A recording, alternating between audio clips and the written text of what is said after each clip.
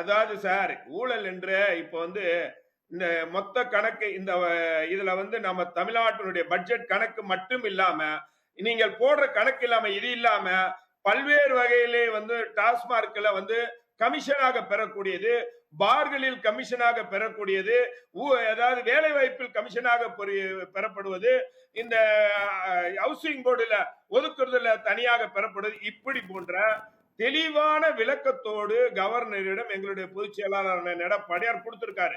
இன்னும் சொல்ல போனால் கிட்னி திட்டு, கிட்னி முறைகேடு, இது போன்ற பல்வேறு விஷயங்கள்.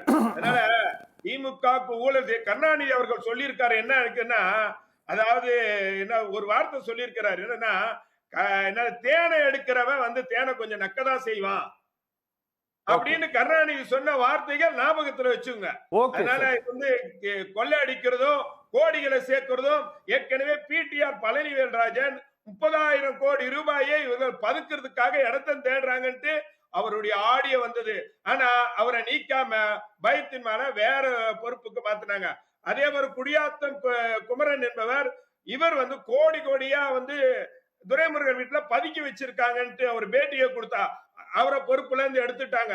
இப்படி இன்னும் சொல்ல போனா பல பேர் அந்த கட்சியில இருக்கக்கூடியவர்களே திமுகவினுடைய திருச்சி சிவாவுடைய மகன் திருச்சி சூர்யா, அந்த அவர் சொல்கிறார் யார் யாரு எவ்வளவு கோடி எவ்வளவு ரூபாய் வாட்சி கட்டி இருக்காங்க, எவ்வளவு கொள்ளை அடிக்கிறாங்கன்னு தெளிவாக பேட்டி கொடுத்தாங்க. ஆனா அவர் மீது எந்த நடவடிக்கையும் இல்லை. இதுல என்ன தெரியுதுன்னா, ஊழலே இவர்களை பிரிக்க முடியாது. மக்கள் வரிப்பணத்தை கொள்ளை அடிச்சு இந்த நாட்டை சுடுகாட ஆக்குனதுதான் மிச்சம். மக்களுக்காக எந்த திட்டத்தையும் கொண்டு வரல. Okay sir.